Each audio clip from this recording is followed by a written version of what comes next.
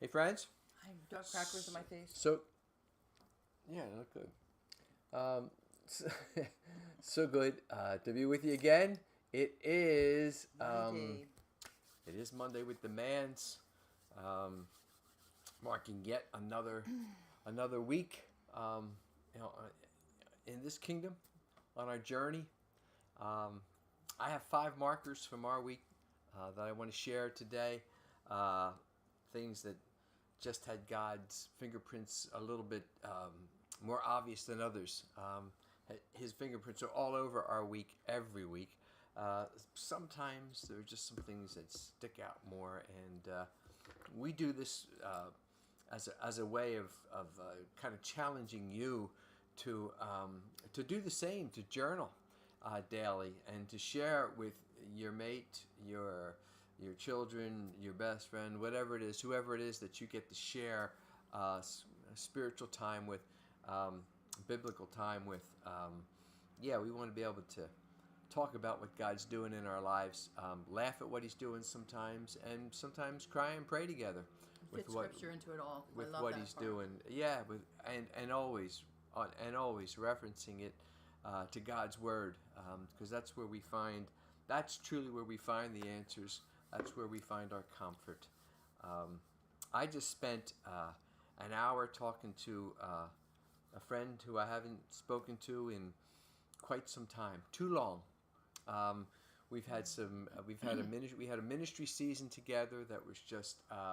It was really special. Not in its length, but in the quality of the time that we spent together. And I was a little bit ahead. I'm about 5, 10 years ahead of my friend, and some of the things that he was on the cusp of going into a while back, I had been through, and was able to I hope I hope give him some comfort and some insight into what my journey was like at that point. And I, Relationships are what we make of them. Um, Whether it's friends, family, acquaintances, office friends, we can either be active or inactive in our relationships with other people. And by that I mean we can either be the one who's making the call or making the visit, that's sitting on the opposite side, waiting and inactively. Um,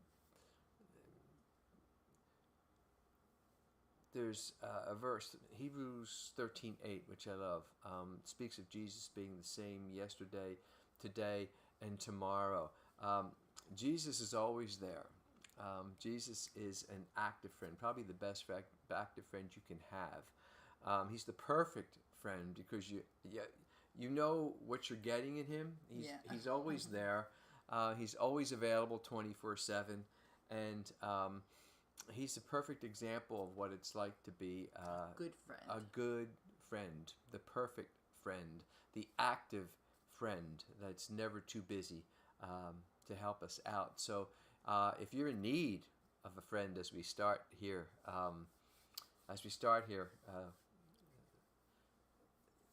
he's the one you want to turn to. He's the one you want to turn to.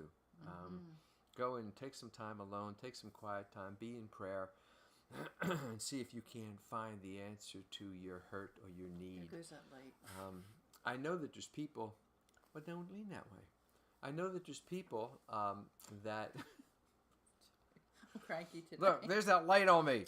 Look, Because see, it's right there. And if I sit this way, I can keep it there, and I can complain the whole time. I'm blessed. We're blessed that the sun is out. And, well, maybe this will wash it out. That's just my fault. We should have had a little more light on the subject here. This particular place to meet is I don't like the fact that it's not advantageous for lighting. Anyhow, to get back to where I was going, I know there's some of you out there that are in a place of depression today, I'm being serious about it, that are not in a great place. Earlier in the week, I had a day. My first marker this week was realizing on a given day that I was actually a little depressed. As I like anybody else. I have up days, I have down days, and there's certain times in my life I think where I'm easy. It's easier for me to fall into that. And a lot of times it's on the back end of projects and things I'm working on. I finally get it done. I release it. There's this calm, and then there's this kind of down period. Well, where am I headed next? God, what do you want me to do next? Right. And I found myself there. And if you're in a place right now, I wanted to share this piece of scripture with you because sometimes we don't know where to turn. Psalm 34, if that's you today and you're just kind of, you need some time to just turn off. That was my kind of thing. That was what Susan gave me. She says, you don't know how to turn things off. You don't know how to turn yourself off. And I thought about that, and I took it to heart, and I actually made sure that I turned off what was happening in my up here, so that I could be in a place of prayer. And this psalm came about in my prayer time. Psalm 34, verses 17 to 18. When the righteous cry for help, the Lord hears and delivers them out of their troubles. The Lord is near to the brokenhearted and saves the crushed in spirit. And, okay, so maybe crushed in spirit just sounds like, no, we don't need to be that crushed to be able to be in conversation with God, right? We don't need to be that far down. But He hears, right? He hears and delivers us from our troubles if we allow Him to. Remember, He's that perfect friend again, right? He's the perfect friend who's always there. He's the active friend. He's there 24/7. Are we going to turn to Him? Are we going to go to Him? Are we going to invite Him in to soothe whatever it is that's hurt or ailing? On a lighter note, marker number 2 was us celebrating our 35th wedding anniversary. We did this last Monday. We spoke a little bit about it. But I think the day after, we actually went out and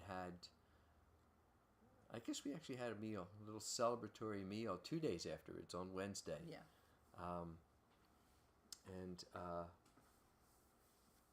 It's nice to remember.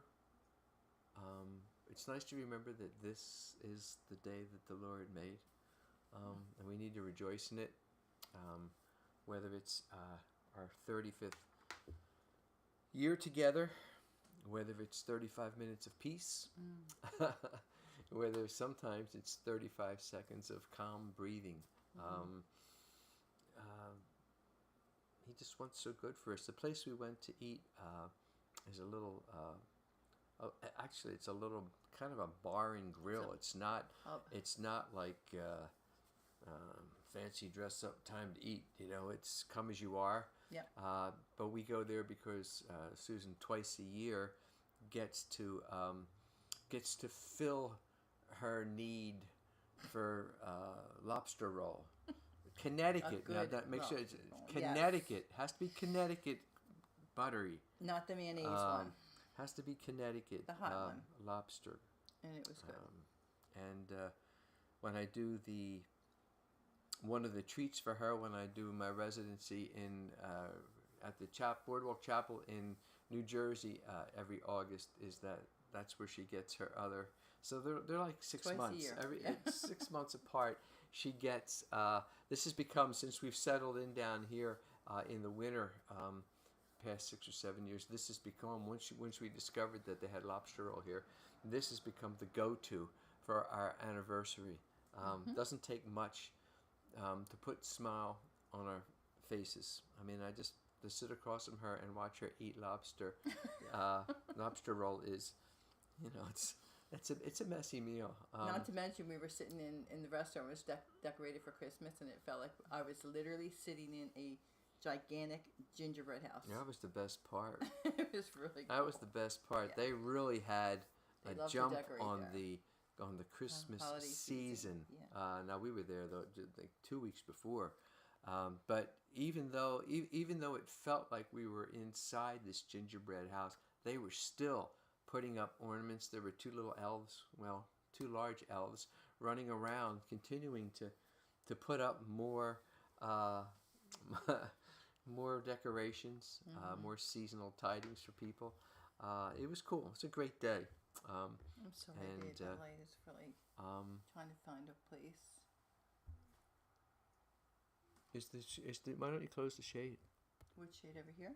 That one. Oh, it's coming from that side? So it's coming from behind. It's a good idea.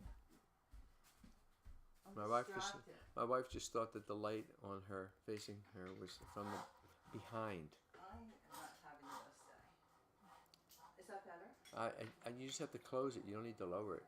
There you go. Oh. It's high. The sun is way up there. She's happy. Let's see. Amazing, isn't it? That's so much better. Just amazing. Thank you. Okay.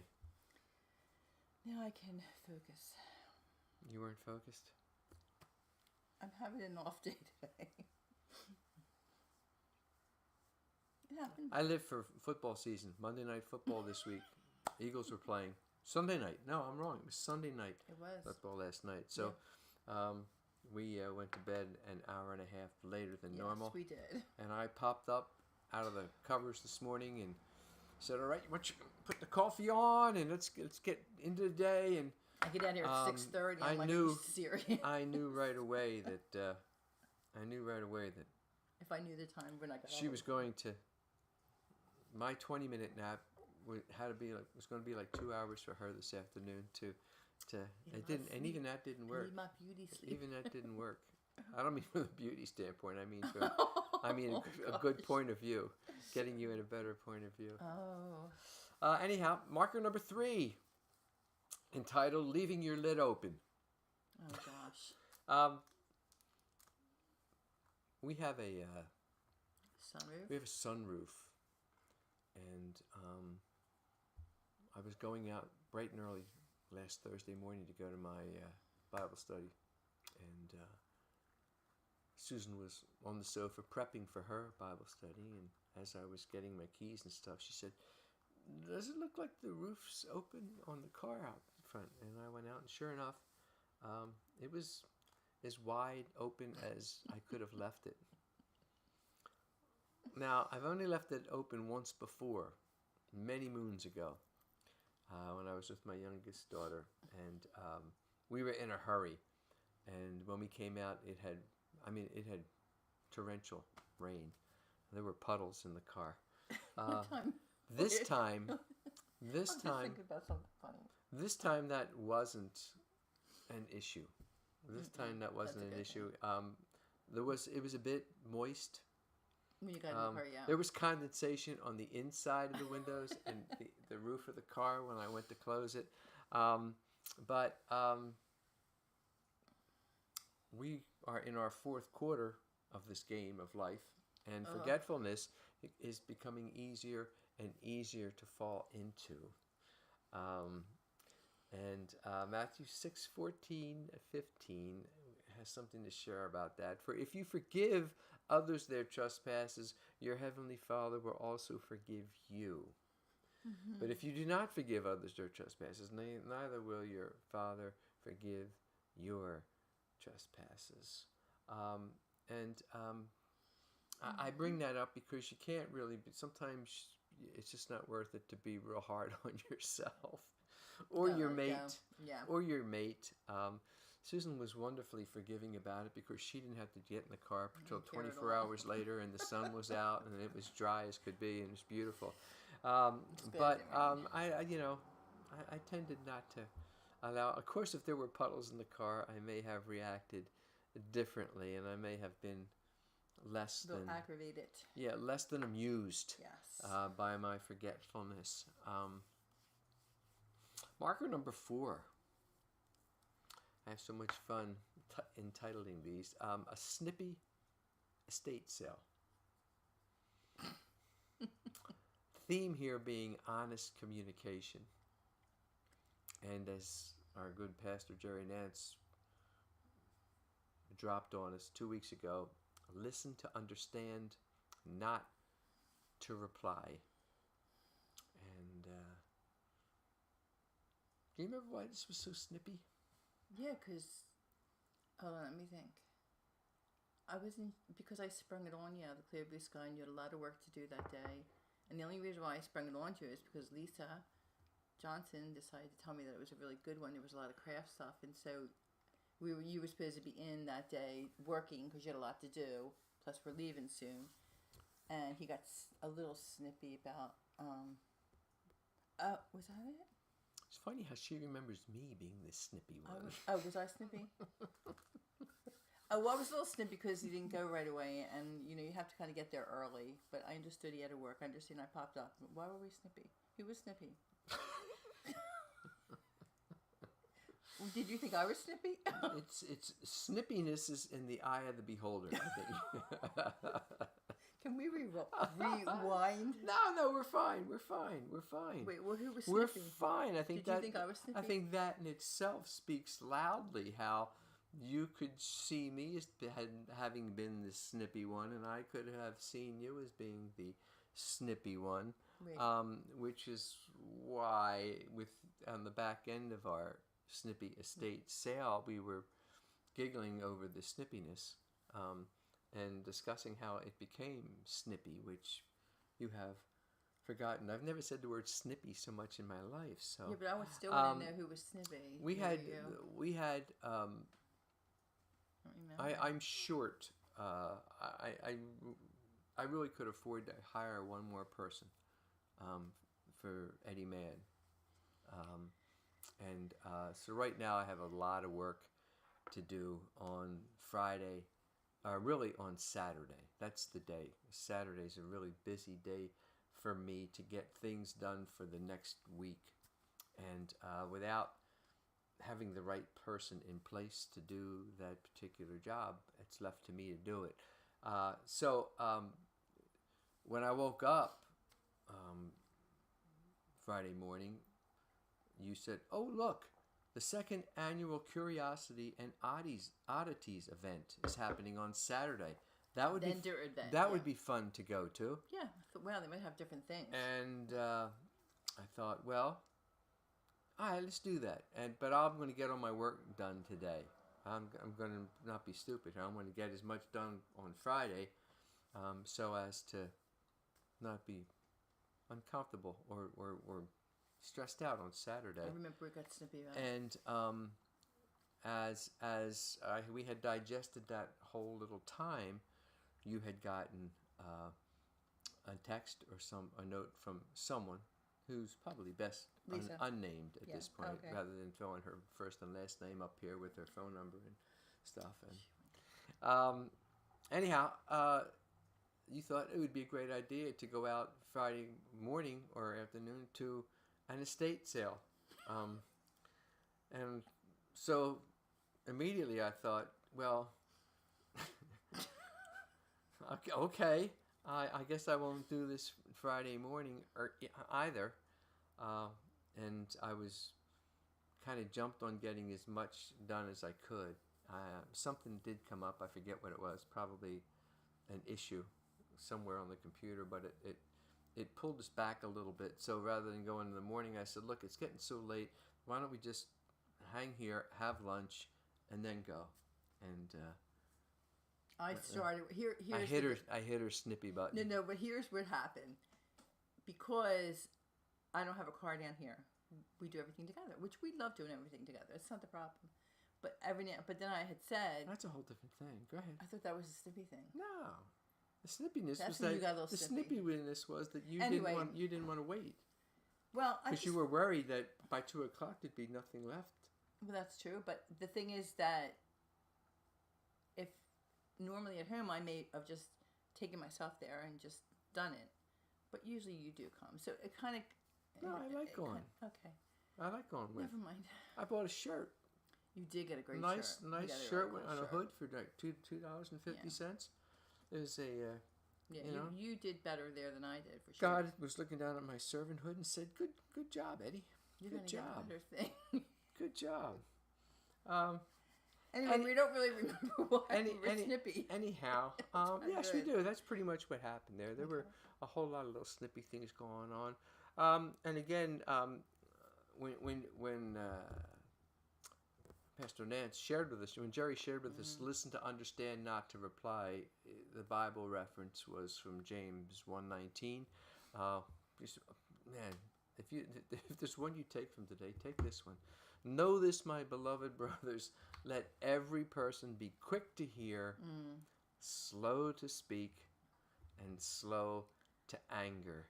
And that's why we don't have fights. We do not have blow-ups. No, because it's not your nature or mine to blow up and just yell at each other. We tend to it's not calmly work through whatever it is. Yeah. That's not to say we don't get snippy, but snippy in the way that I look at her and I go, okay, she's snippy. I'm not going to say a word, and I think she knows better than to push my buttons when I'm that way. And within a very short period of time, we talk about it. Once we talk about it, we end up laughing at each other anyhow. Oh my goodness. So, yes, moving on, right? Moving on from leaving your lid open to the snippy estate to marker number 5.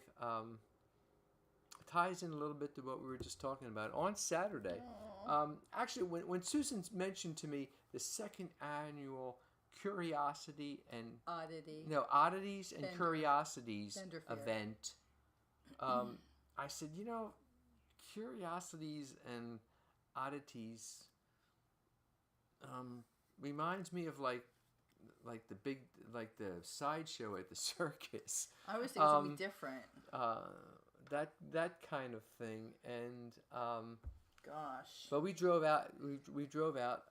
We actually left the island, which is amazing for us. We drove to the we had to cross a bridge. We went to the mainland, went south about a mile or so to this park. There was absolutely no place to park at the park. It was so overwhelmed with people, and we finally, patiently, found a place to pull the car over, and we walked over to this event, and it was laid out in a kind of a horseshoe, where the open end was where the parking lot was, and it was all on the outskirts, almost like a barrier around the outside of this park, and we got about, I'm going to say 30, maybe 50 feet in, and I leaned over to Susan and I said, "Does this place seem a little dark to you?" And by dark, I mean satanic. And she said, "Well, maybe a little." Maybe and I said, "Well, maybe it's just this. This is the area where all the satanic vendors gather. I don't know." And as we continued on, I'm telling you, man, if they had 100 vendors, 10 of them, at the most, were not. We never got out of there. We're not coming from a dark place. We went down the first road. It was crowded. It was really crowded. We got down the end of the first aisle, and if you made the right to cross over, I said, Susan, you got to stopping to look at things, because Satan knows, he's got something hanging up here to attract my eyes or her eyes. And I said, we just got to keep moving through this. And as we went through it, I was just unbelievably amazed that there were that many vendors that had gotten together. Maybe, I don't know if it was a club event or something. I don't know whether they have the Satan Club. I don't know what it is. I have no idea, because it's just so far from my life. But it was the most ugly, uncomfortable place. And as we got to the very end, I didn't say nothing to Susan while we were there. But the second to last vendor on the right side, as we were getting to the end, the last part of the walkway, was a vendor that said, "Find your covenant." There's a woman in there who was going to help you find your covenant, your personal covenant. And I looked, and it was, there was maybe a woman in her 30s. Easy on the eyes, nice looking woman, and when she smiled, it was the spookiest thing. It's the spookiest thing I've seen in a really long time, and I couldn't look back. I turned my head. I can still see her smile in her teeth. As soon as she showed her teeth, it was just like, oh God, help me, get me out of here. So we scurry on out, and we're now making our way back to the car. And there's a gentleman walking down, obviously a very I don't know whether he was homeless or not, street person or not, but he was really in a distressed place in his life. Kind of walking towards us. He was walking towards us on the driveway as we were walking up to get to our car, and he said, "I have a question for you," and I said, "Well, I don't have an answer." And Susan was just. I was like, "We're kind of busy." Yeah, she was just then as afterwards, just as impolite as I was, and by the time we got to the car, I was sick over it. And never be too busy for anybody.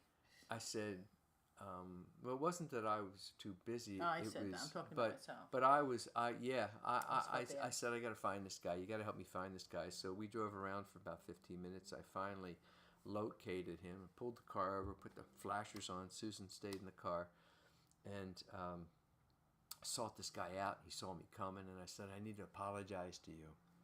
And the look on his face was just like, he didn't know how to handle that at all.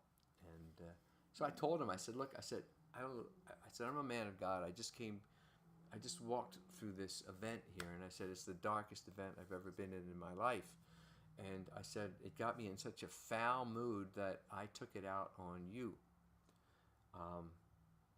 And he smiled a little bit. I said, what's your question?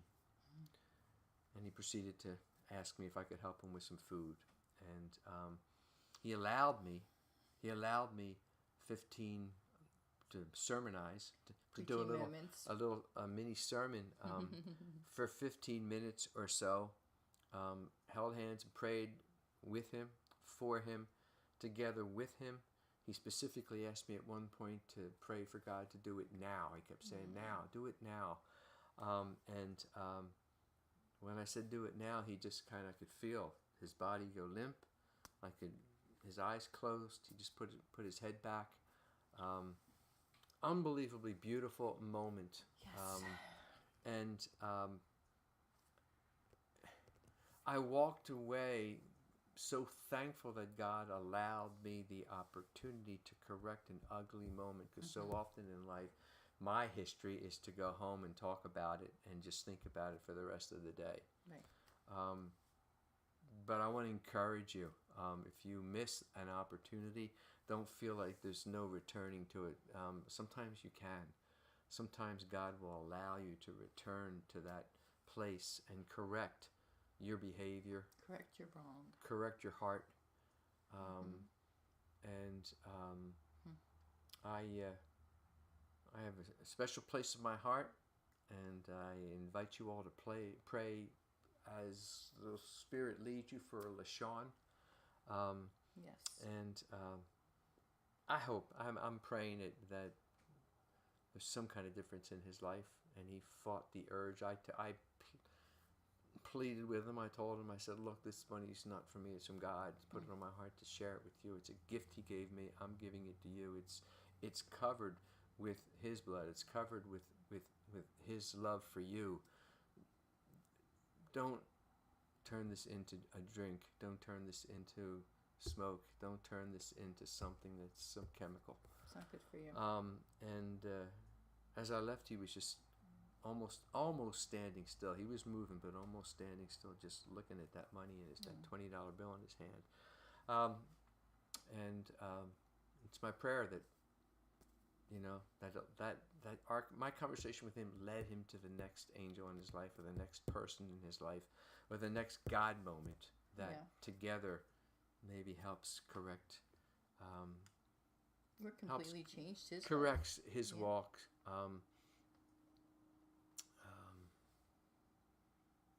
Matthew 25:40, right? Truly, as I say to you, as you did it to one of the least of these, my brothers, you did it to me.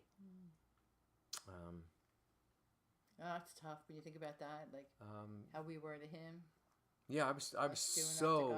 I don't remember being terrible. That convicted about anything I've ever done, and I think it's just another marker on my faith journey that caused me to not. It wouldn't allow me to leave without searching for this guy and without praying for the opportunity to correct my wrong. Yeah.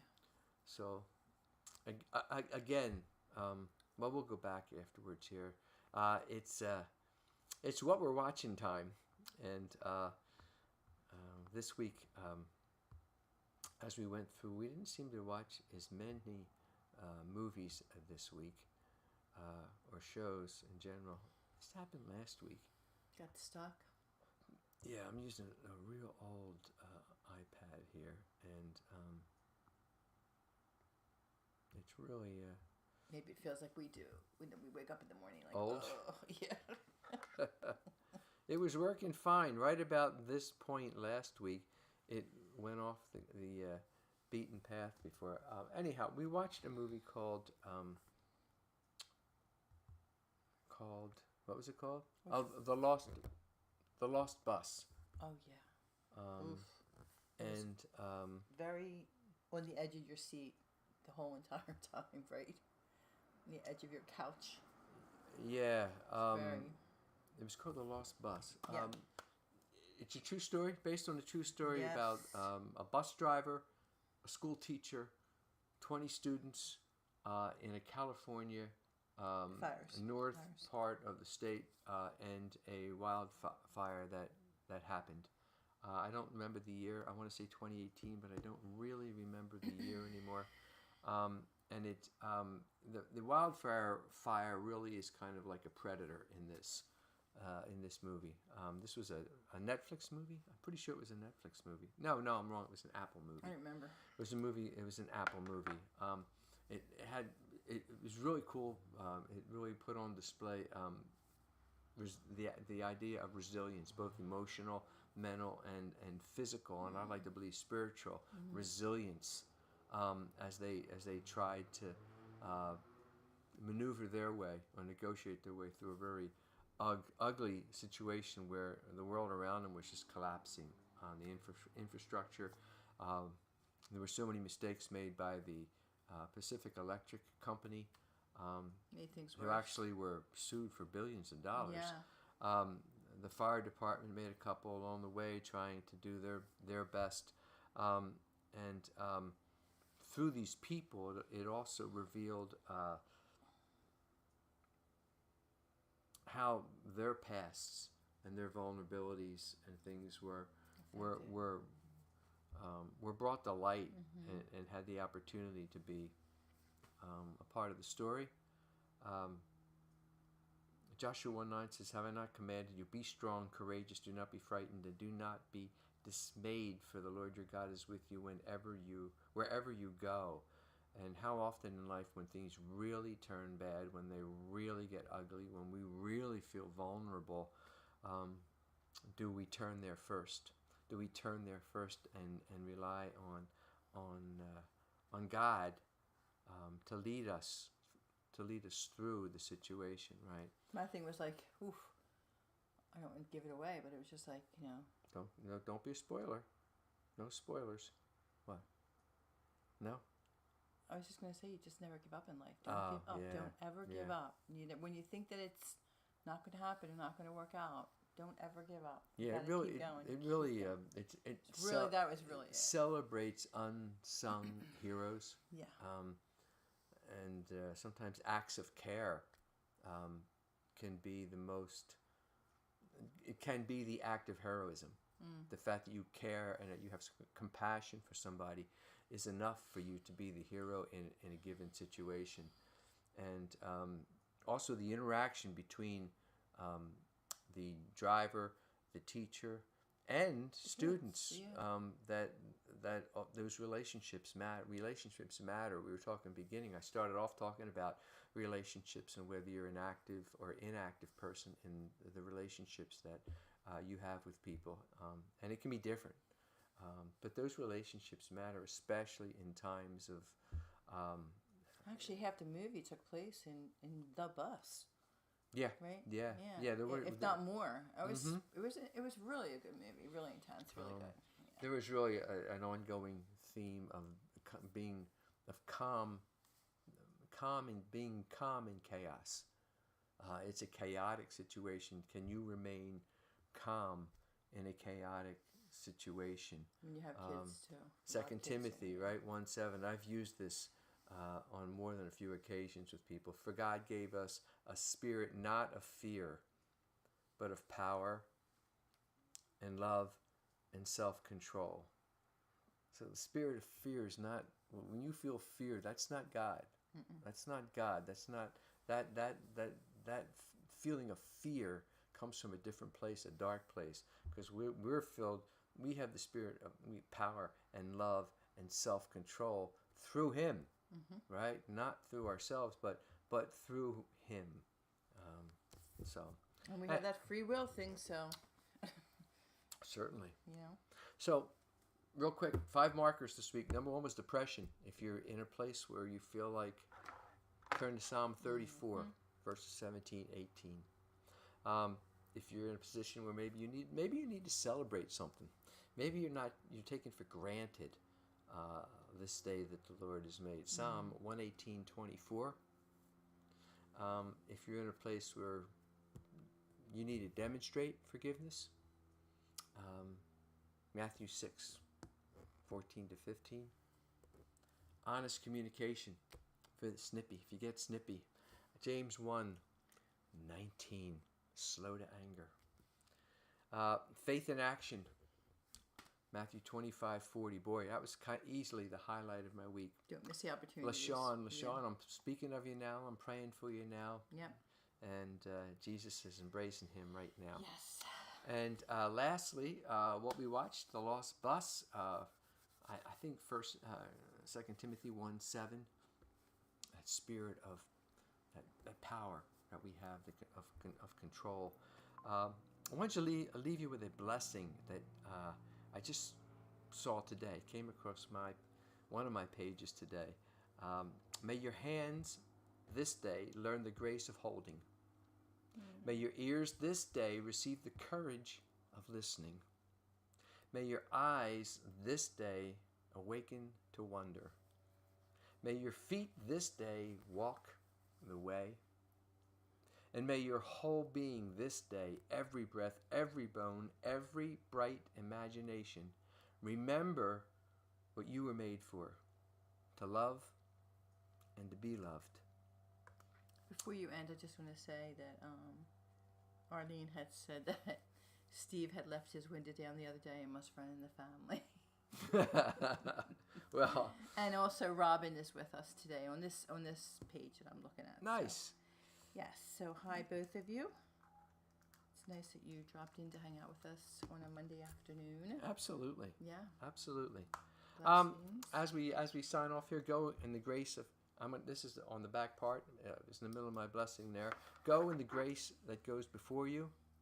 Walk in the love that walks with you.